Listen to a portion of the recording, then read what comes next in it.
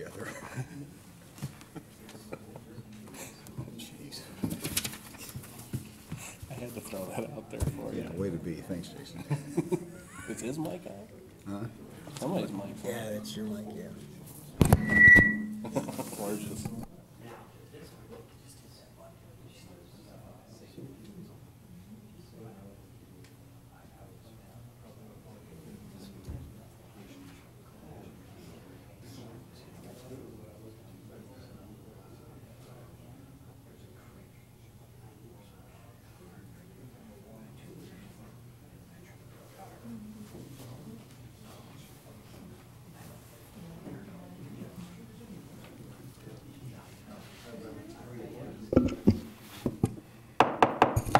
I'd like to call to order the meeting for Tuesday, January 16th, the Town Hall meeting. Please stand for the pledge. I pledge allegiance to the flag of the United States of America and to the republic for which it stands, one nation, under God, indivisible, with liberty and justice for all. Well, thank you, everybody, for being here tonight. I really appreciate everybody showing up and everybody at home. Tonight, we're going to talk about roads, plowing of roads, how they're funded, why we do certain things a certain way, and why we don't. So the mic will be on up there. If anybody has a question at any time, just come on up and we'll answer it.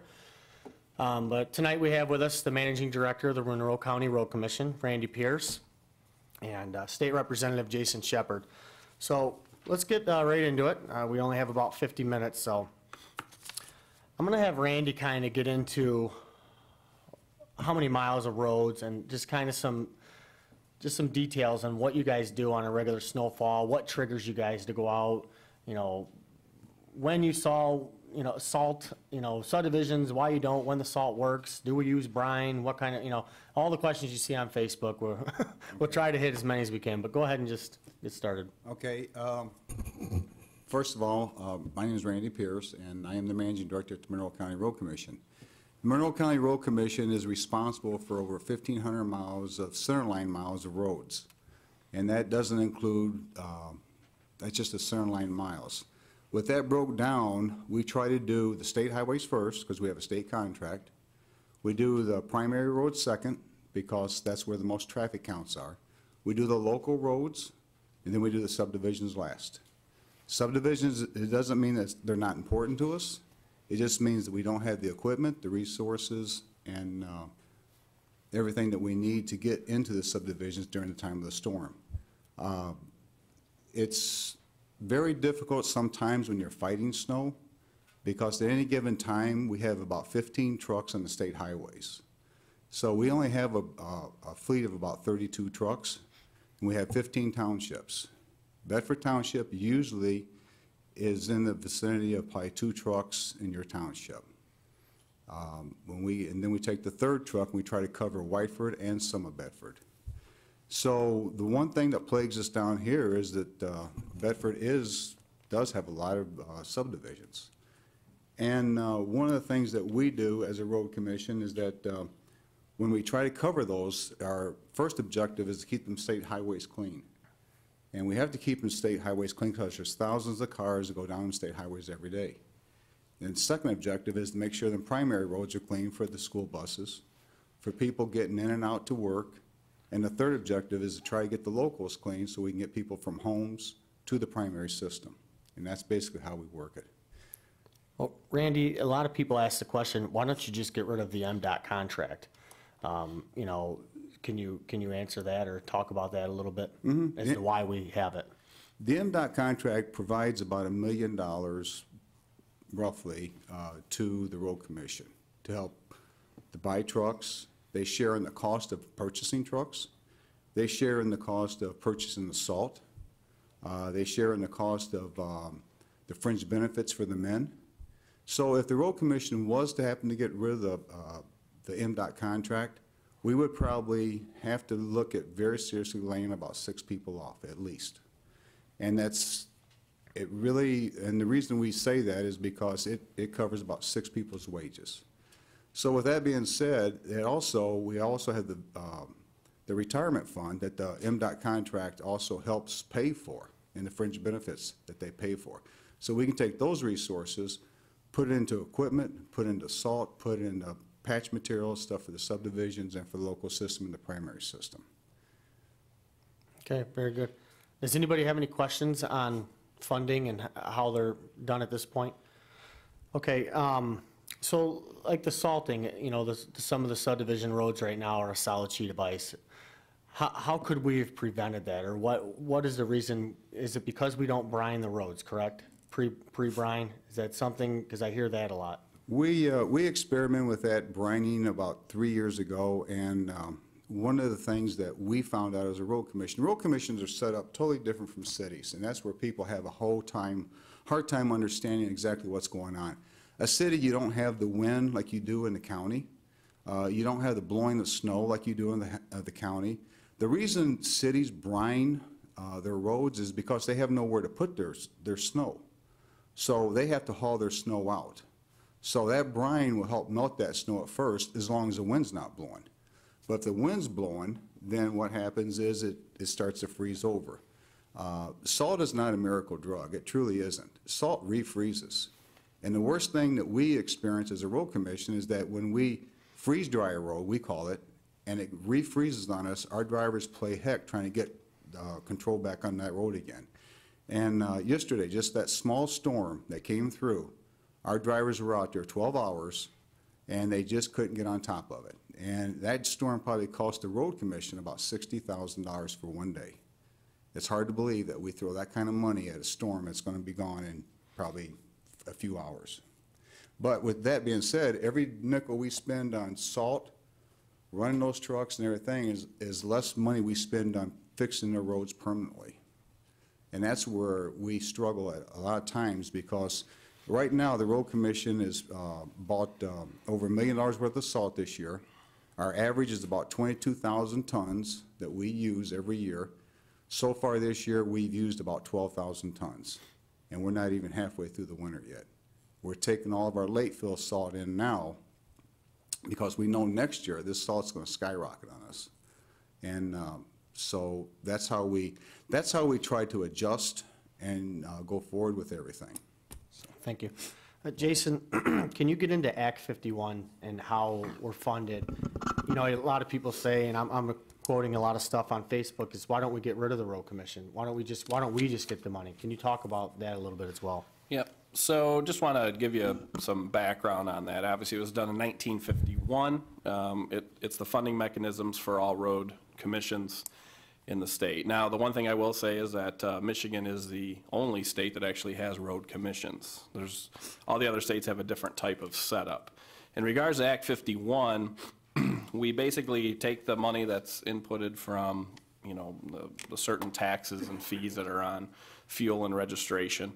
It gets put into one pot of money, and then it gets divvied out amongst the counties. Now, I personally think that there's a major flaw in our funding mechanism. The reason for that is that the money is not based upon the population or any of that. The money is based upon miles of road. So if you think about the northern part of our state, there's many miles of road that they consider. So they get a lion's share of funding, but obviously their population bases are much smaller than what we have, say, in Monroe County. So the counties that have population base, like a Monroe, their miles of road may not be as big as somewhere up north, but at the same time, the cost for us to maintain what we have is much higher than what you see if you go to your cottages up north. And obviously they have different mechanisms. So every time somebody from the southeast Michigan legislative quadrant tries to do some changes to Act 51 in regards to funding, it obviously gets outvoted or out-discussed, because there's a majority of the northern caucuses that would fight any changes to that. So what we have to do is we have to find a way that we can have a better mechanism for that to get to the local road commissions. Having said that, when we passed the roads plan 2 years ago, which we're starting to see implement throughout the next few years, it's phasing in, there was an amendment in there that I worked on that we passed that actually took half of the revenue that was generated and took it out of the top of the formula. So MDOT did not get that first. It went down to the road commissions first. It didn't solve Act 51 completely, but at least it brought a little bigger percentage of the revenue that comes into the state for that. And Michigan also is completely different than some of our surrounding states on how we fund roads. If you look at Ohio, 1% of their sales tax is dedicated to that, and they have different mechanisms for that. We don't have that here in Michigan. Ours is based on gas tax and registration fees. And so that's why those are constitutionally protected funds that have to go to the road funding. I will say this, that one thing to also put in perspective, Randy, what's your budget this year? It's probably about 14 million. So think about $14 million is the total road commission budget. And that's up based upon some of the new revenues. So they were operating even lower than that. There's 1,500 miles of road. A total restructuring of a road project can come upwards of $1 million a mile. So think about it in perspective, how little of a budget that our county actually gets for road maintenance. And that's why you see a trend, not just here, but throughout the state. If you think about like a township like Whiteford that's right next to ours, they have a road funding mechanism and a road millage. And they use that funds to help offset costs. Because another thing that probably most people don't realize is that the road commission can only by statute cover 50%, correct, Randy? Correct. Of a road project. On local system. On local systems. That's it.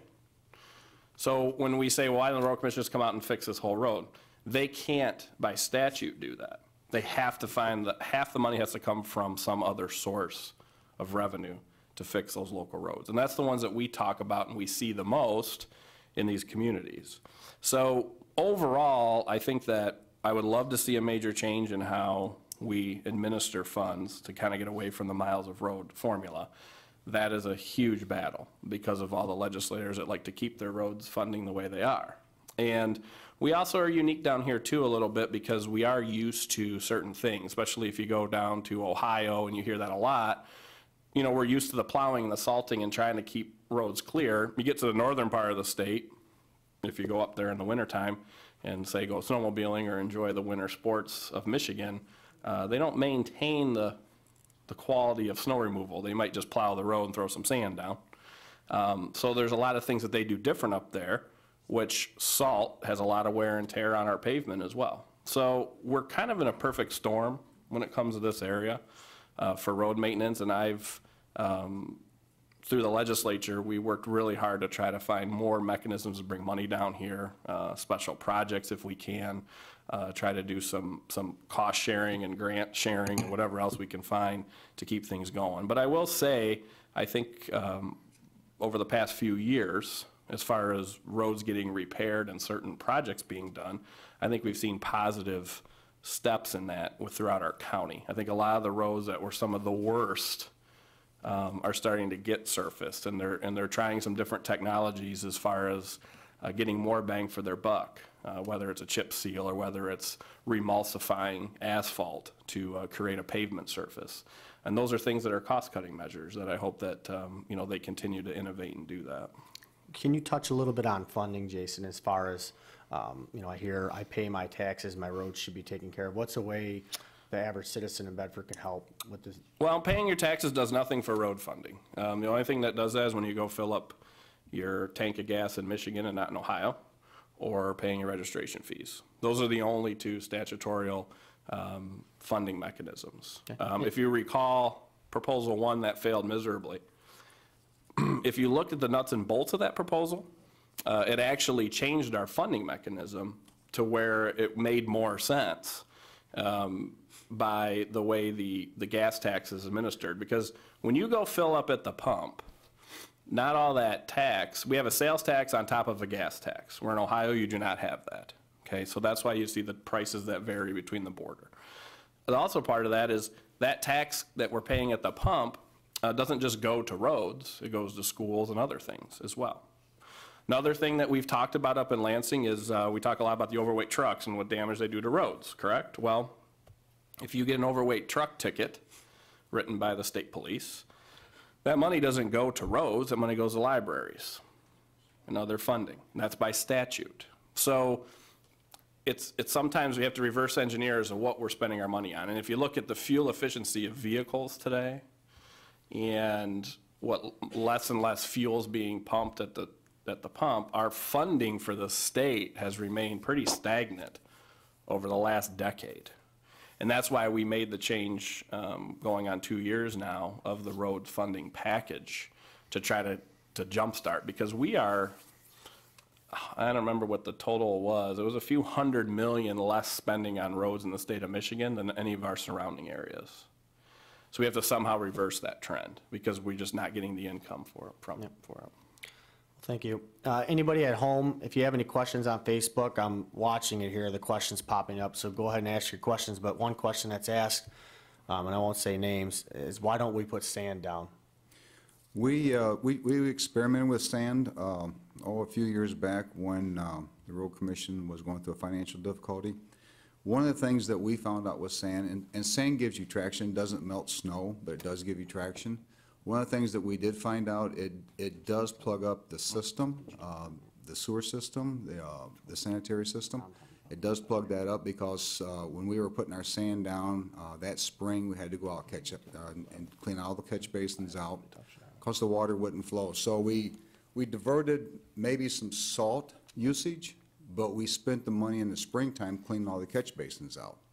And then also it's very hard on the equipment because sand does have a tendency, if you leave it in the trucks, it will freeze. And when it tries to go through the augers, it busts the augers. So one of the things I would like to share with the audience, if I can, is that people think that, that the equipment that we have, they don't realize how much money that equipment costs. One tandem truck, to get it outfitted for snow is about $200,000. Now we have 30 trucks, so that's where a lot of the money goes to. Just our revenue for our fuel alone is about almost anywhere from $750,000 to $1 million a year, depending upon the year. So all of that stuff plays a factor in that $14 million budget. And one of the things I'd like to share with this audience, if I can, is that we sit between giants. ODOT's to the south of us, they have a lot of money. Washtenaw has a bigger budget than we have. Macomb County and Oakland County, their budgets are a lot bigger than us. So we work, and our men work just as hard, if not harder, to try and keep the roads clear. And the priorities that we have is to try and keep everybody as safe as possible on the main roads that we possibly can get to and get everything as clear as much as we can. And I hope that answered your question. No, it does. Thank you. Okay, right here again, the question, why doesn't Bedford Township have our own street department to take care of this and have an operating budget and tax that stays in Bedford? Can you explain? Well, a couple things. One, the roads are bonded and insured and really under jurisdiction of the Monroe County Road Commission. If you wanted to go that route, you'd probably have to change your township a little bit or go to a city if you really want to go that route. I would say that I think, we have to look at what is it that we expect. I know about 2 months ago when we talked about the snow removal issue, one of the suggestions I had made to Paul, which he took and ran with, and I think it's a good trial to see if we can make it work, is private contracting out and taking some township funds to help get subdivisions cleared. And I know that the stone quarry has equipment to help do that, and they were willing to do that at a pretty good rate. That will go a long way in a township like this to get those roads opened up for subdivisions. Now, my subdivision wasn't touched once during either snow event, but I digress on that. Just kidding. So, but it takes a lot. I mean, just think about how many hours you contracted and had the plow trucks out, and they can only get to about half the subdivisions in Bedford with that. It's difficult. It's a lot to plow, and it's something where you need more equipment, manpower, and money to do it. And the township, has to maybe make a decision on how they want to go forward with that. Is there budget issues that they can work through? Is it something about talking about finding more revenue sources to do it? It's kind of on you guys at that point. No, I think more along the lines, I was looking for the answer of why we can't take over what the road commission's doing. Well, they carry all the liability. Well, what I'm saying is we really can't. Right, you can't.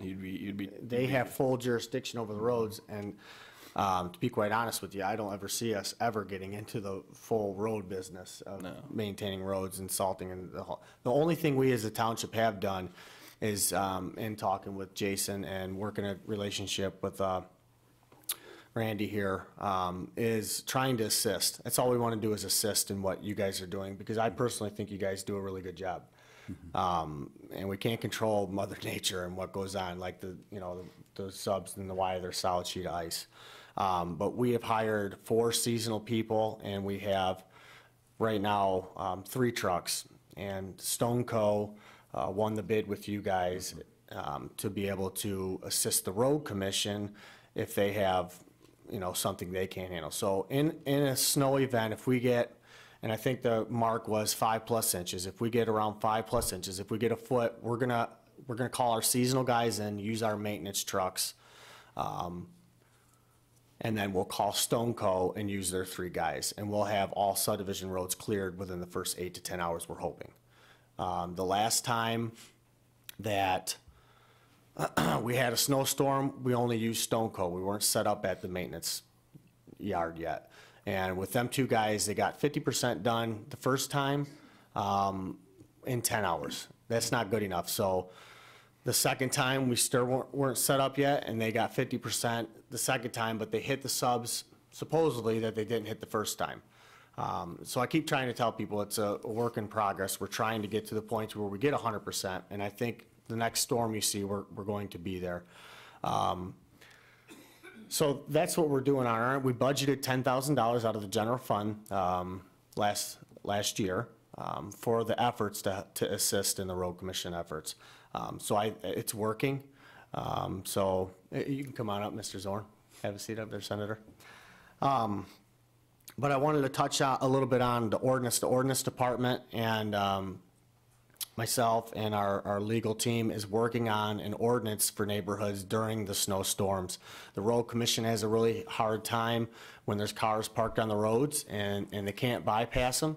And it leaves a lot of snow on the roads still, and it it's just not safe. So we're going to try to create an ordinance that you have to clear your cars off the roads in a timely manner when the snowstorm hits. So we're working on that.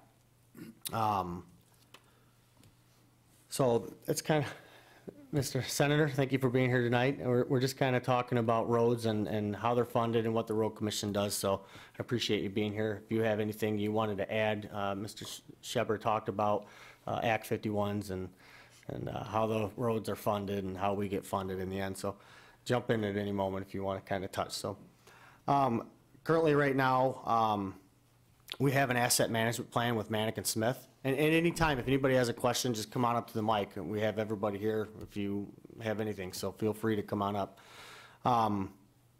We have an asset management plan currently still with Manick & Smith that really helps us. We've had it for roughly 6 years now, I think, right, Mr. Francis?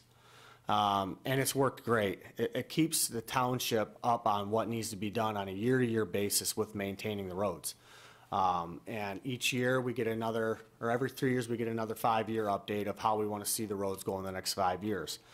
Bedford Township, I think, is spending upwards in the last 6 years of $10 to $12 million in assisting in these efforts. And that's why you see the roads, the way they are today, is we've stepped up to assist the road commission to try to help us on our end.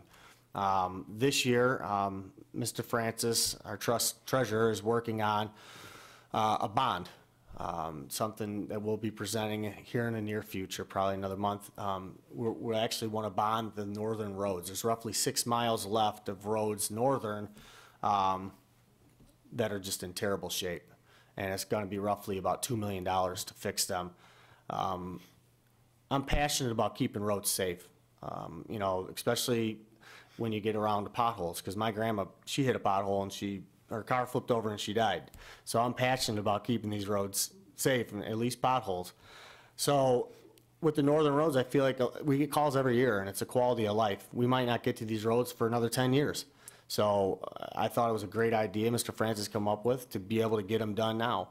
So that's something we're looking at. We're going to try working at to where we can pay for it out of our general fund, because pretty much if we do the northern roads that we're looking to bond, We have Whiteford Center we're looking at doing, and partnering with Bedford Township to do Adler Road. At that point, we've completed almost every project in Bedford as far as major projects. And now we're just in a mode of keeping up on them, maintenance them. And as long as we do that, the roads will last. So, and then we keep up with the asset plan, and the road should stay good. We just got to keep up with the plan. So that's kind of where we're at. Does anybody have any questions? I'll check Facebook again, but if do you have anything you want to add? Come on up. Here we go. Our first question. I live in Green Hills, and even though we are a flat county, we have a few hills. Is that green light on the mic, on the base? Yes, it is. Okay, good. So anyway, the other day, well, of course, this past winter's been pretty rough, and that hill we have in Green Hills is pretty dangerous. I've got a picture of a car that almost went into the creek. There is a guardrail there, but he caught it just a nick, just on a nick of his corner, so he didn't go all the way into the ditch, which could have resulted in a fatality. But I was curious, and I talked with Greg Stewart earlier about this. Does the county have certain areas that are known danger spots that instead of the Green Hills residents calling and say, hey, this hill is a glass, it's like just slippery as all get out. Cars are just spinning out and going all over the place. Is there a way that the county has knowledge of this particular hill? And can they, we don't want them to come in to do obviously the whole subdivision, but just to get that hill to keep the cars from going in the ditch. Do they have that?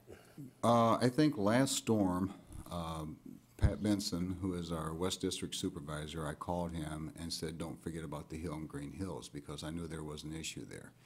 One of the things that I hope that everybody can remember, we're all human. There's 1,500 miles of roads. We can't remember everything, but we do flag everything we possibly can. Then when you're in the middle of a storm or you're fighting snow, Yeah, and this the is. drivers sometimes forget about it, Yeah. but Well, it's on their radar The problem again. isn't when it's during the storm, it's like 3-4 days afterwards that the traffic going up and down the hill, which you have traction. But after all of that traffic on there, it pats it down and it makes it ice. And then 4 or 5 days later, and it stays that way as long as it's below freezing.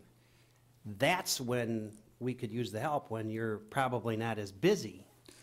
And I was just curious as if there is a way to set up a mechanism to do that. That was, because, in order to get it done now, we have to call. I had to call 911 Sunday night because we had like 4 or 5 cars that were off the road and cars were still coming up and down. So 911 got a hold of you guys, and you guys came out and salted the hill, and you did a great job. Right. So, but that's we actually have to physically get out there and see it, and then in order to call it in.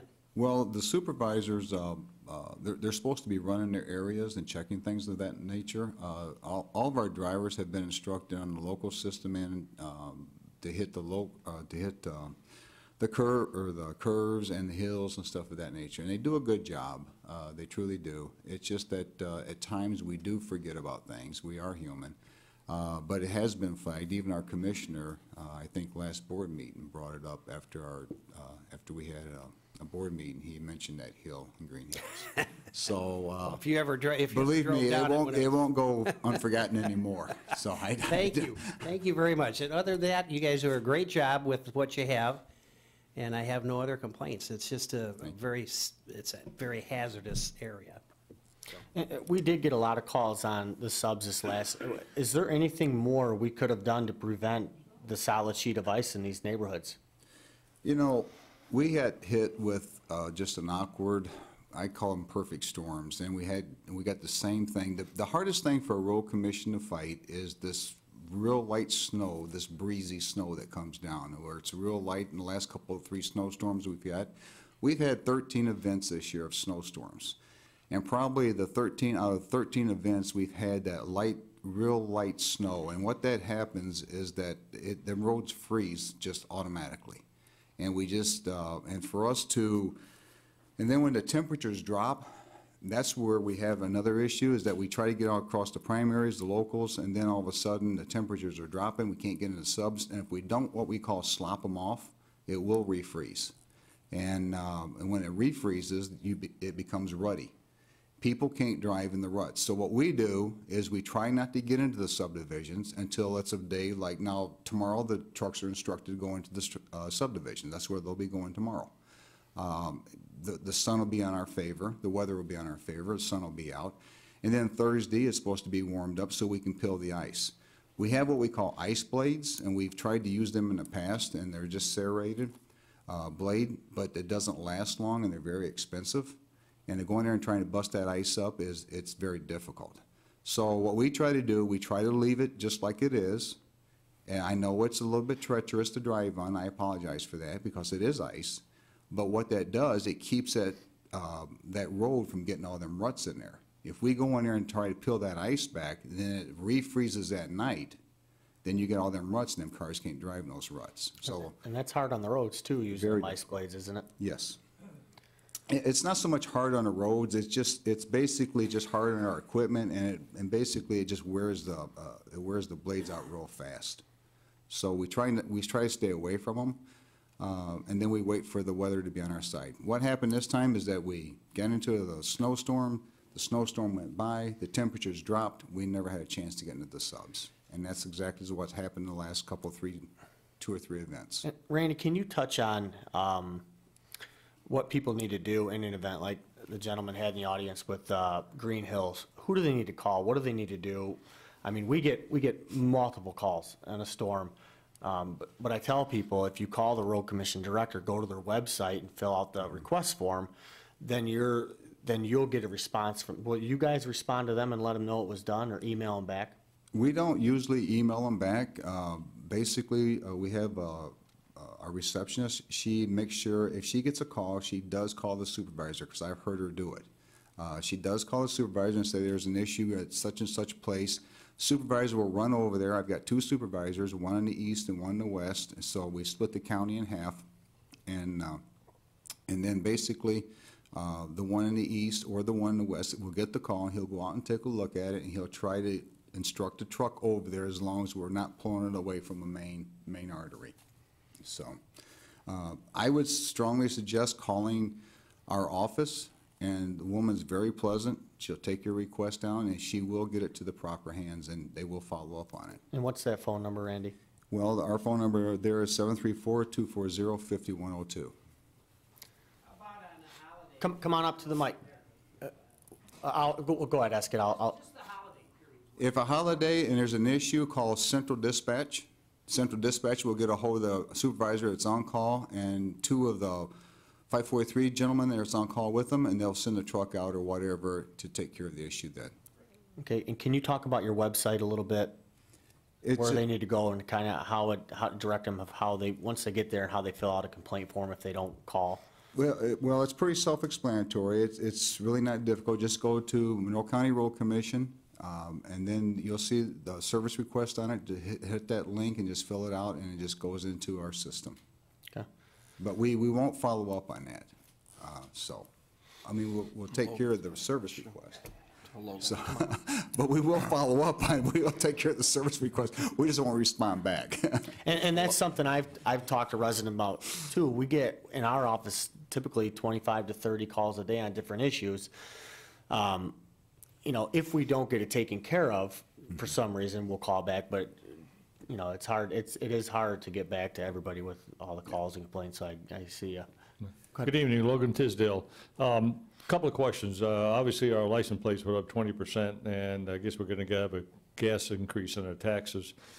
Is that money going to be distributed according to geographical area? Say, for example, Monroe County may have so many cars that register here in the county, and those cars pay an extra 20% for their license plates. Will that money kind of be distributed carte blanche over the whole state, or will it be earmarked for certain counties that have certain special needs, like obviously our traffic isn't as much as maybe Wayne County or Oakland County and stuff like that, but we have a lot of cars that come down here. So is that money that is paid here to the Secretary of State for cars that are registered in Monroe County, will they get a special funding from that money that we pay for those taxes? No. I know you came in late. So The Act 51 is Act 51. That's the funding mechanism. The only thing that was changed in the road package that we passed a couple years ago was that there was going to be a percentage of the funds that were new revenue were going to go through the middle of the funnel down as opposed to starting at the top of the funnel, which would start with MDOT. So you will get a bigger percentage going to the counties, but it's still administered through miles of road, not use of road, not population-based, and that's how the Act 51 funding is. And it is an issue, but trying to get that Act 51 changed is a bigger mountain to climb. It's the northern part of our communities and some of the western part of our state, they will fight tooth and What would you nail. have to do in order to get that done? You have to get enough votes in the House, Senate, and a governor to sign it. So that's the simplest answer to that. I'm just saying, people ask all the time, and it's, this looks like, this is a question from the audience. What about using beet juice instead of salt? Looks like a trick question, but he says it's not. No, it's not. They use it. Very expensive. Very expensive. And a few years back, if audience remember, we lost 75. I think it was about 2013, 2014. 75 froze up on us. And we lost that road and created a big havoc in Monroe County because trucks and everything was trying to get off 75, trying to find their way around, and they were getting on back roads and everything else. We thought about what we call hot shooting it, where you come in with beet juice and stuff and putting it down, but at that time we couldn't even get down the road to bring the product in. So, but beet juice is a very expensive commodity to use. Right now we brine our salt. So right now, salt is good. The effectiveness of salt is right around 20 degrees. We brine it and get it down to about, 15 degrees, 14 degrees. We've even put it down as low as 10. The problem is, once the salt melts the ice, and if we don't stay on top of it and slush it off, it becomes ice again. And when it becomes ice and refreezes, it's a lot more dangerous than it was the first time, believe it or not, because now it's thicker water. And one more question that's directed to you is, Senator Zorn, why can't we add a small wheel tax, and then you can talk about what you're going to talk about, but make sure your mic's on and pull it towards you. Just hit that little green button on the side, other side. Pull it up. There you go. Small wheel? Yeah, small wheel tax. Well, small wheel tax really hasn't been discussed. I don't know if it's been over in the House or not, but we haven't discussed it at all in the Senate. But what I did want to add to this question, this new dollars that's coming in through the new revenue, through the gas tax and through the registrations, the new money is put into a lockbox where it can only be used for roads. It can't be used for any other budget item in the state. And I think that's very important because in the past, it could be used for other dollars, other expenditures. But with this new funding that we have, it's been protected. So it's going to be used for roads. Okay, thank Can you. I ask one more question, please? Sure, go ahead. When I was a state trooper in 1968, all the fines and costs that came, all the fines that came from 1968, where were you, 1964. Were you 5? In 68, when I was hired as a state trooper, the fines that were generated by state police officers or other officers that rode under the state law, those fines were distributed to the county libraries. That's been almost 50 years now. And it's a huge amount of money. It's probably in the tens of millions of dollars every year go to the county libraries from fines that are generated by police officers, from motor carrier officers on the road. And I spoke to someone before about this, since we have two people from, one from the House and one from the Senate. That I think was Act 59, I think is 1964, at least that's what it has on the website here. But anyway, the bottom line is, why doesn't some of that money get put back into the road system where it's generated from? It's generated by police officers who are going out there, risking their lives on a daily basis to stop speeders, to stop violators, people that are doing the truck laws where there's a huge amount of fines on overloads, and 75 comes right up here, and they're writing tickets, a lot of tickets up here, and all that money goes to the library fund. Why can't they distribute it differently so that some of the roads that we are paying for that are being used by these overweight trucks, that we're not replacing that money and putting them back in the road system and also back into law enforcement? Gosh, that brings back memories from back when I was on the county board. That was one of the first things that Larry Roll, he's deceased now, former county commissioner, we worked on. we went to Lansing with, to MDOT, and we made that argument. And I couldn't agree with you more that you're absolutely right. When you have a program that's creating revenue, that revenue should stay in that program. However, that was going to take a change of the Constitution, the state Constitution, because it's in the Constitution that the libraries get that money, that revenue. So it's not an easy thing to do. It's not a quick fix for the legislature to do. We probably would have to open up the Constitution to do that. Yeah, and you'd be looking at 2/3 votes and changing all that around. And as I told you before, it's hard enough for us to find 56-20 and 1 to change Act 51. Now you're going to start going into the library systems. They don't care for that whenever that gets brought up. So you're always fighting a certain, sometimes Lansing's like charging hell with a squirt gun. You know what I mean? There's flames all around you, but you got your little super soaker, and you're just trying to put the flames out around you a little bit. And a lot of times when you use logic in government, that tends to be a little difficult road as well. So I agree with you 100%. Those are some things that have always bothered me, and I know that Senator Zorn has the same concerns with that. And we both bring that up when it comes to Lansing. And well, we're only 2 votes, one in the Senate. We got to find a few more to fix that problem. Yeah. Yep, go ahead. One thing I'd like for the audience to remember is that, we talk about roads, we talk about sodding, we talk about plowing, but there's a whole lot of things that the human eye doesn't see, the understructure, the culverts, the bridges and stuff like that. That's where the concern is for me right now.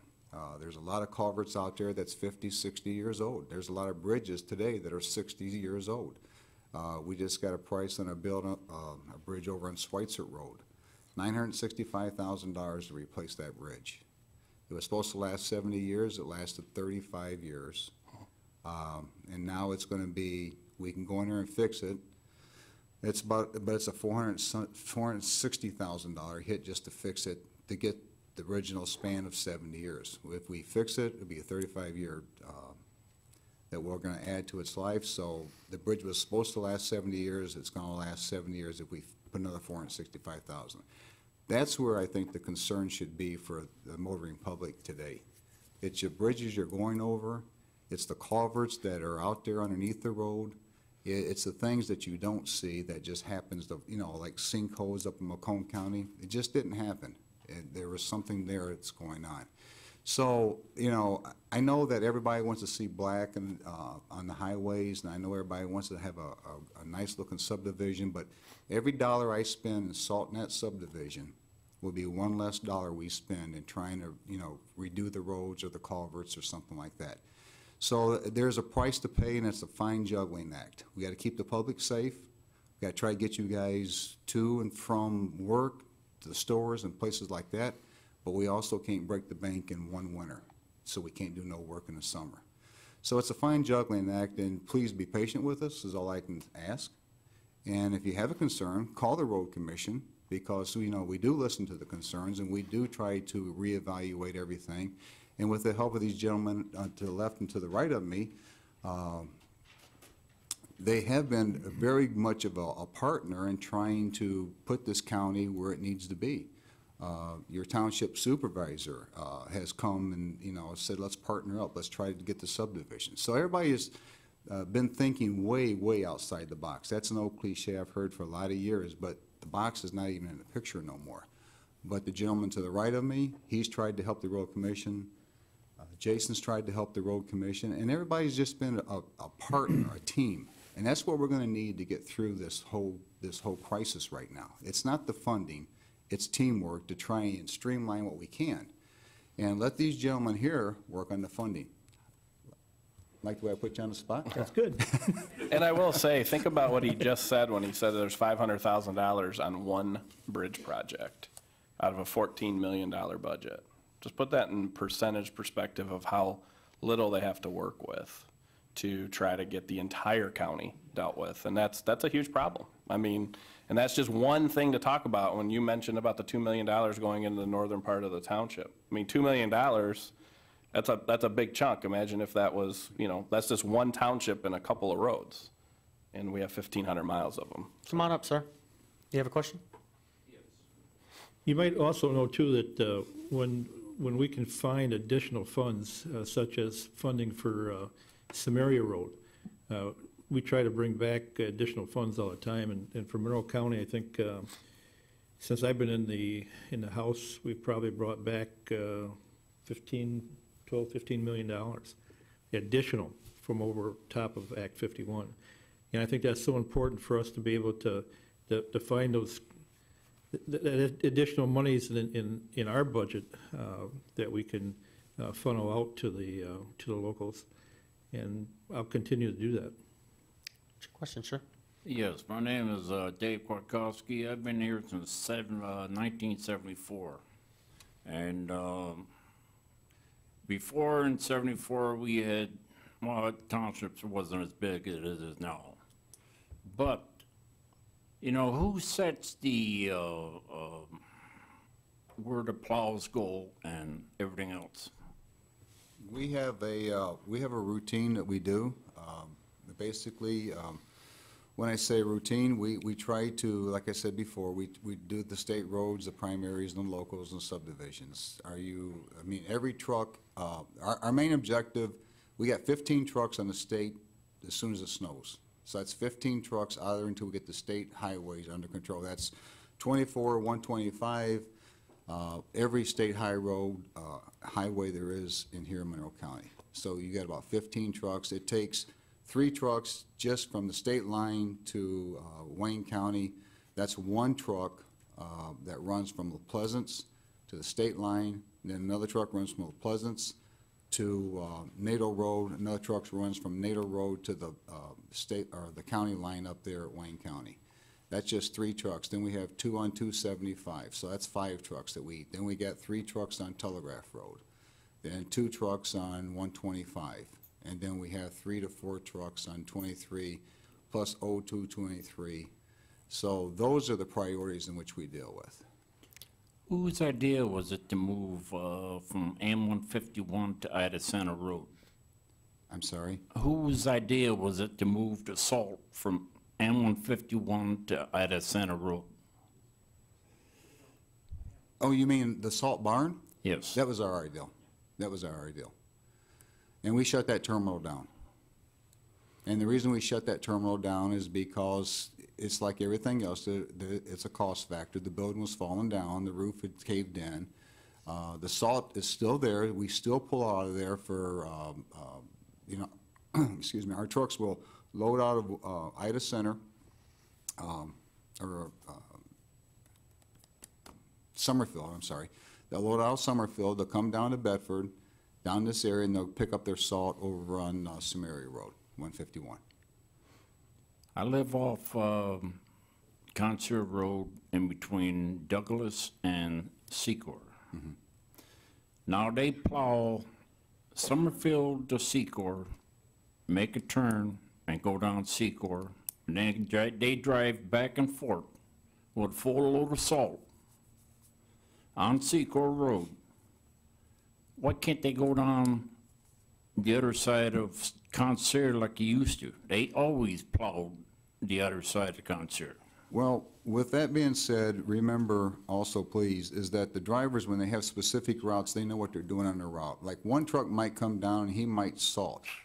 Well, if there's another truck that's in the area and that's not his route and he comes by and blades, we just wasted the salt. You gotta let time for the salt to work. So every driver knows his area, and every driver is assigned to an area. Every driver knows exactly when to put the salt down and when to plow.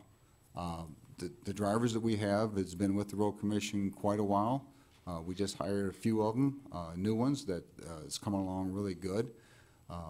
But as far as it's just, people think that you can just go out and plow the road and it should be okay, but it's a technique. It takes time to figure out how to plow that road, how to salt the road, when to salt it, when to cut the salt off, when to come back and let it fuzz up, we call it, and then slop it off.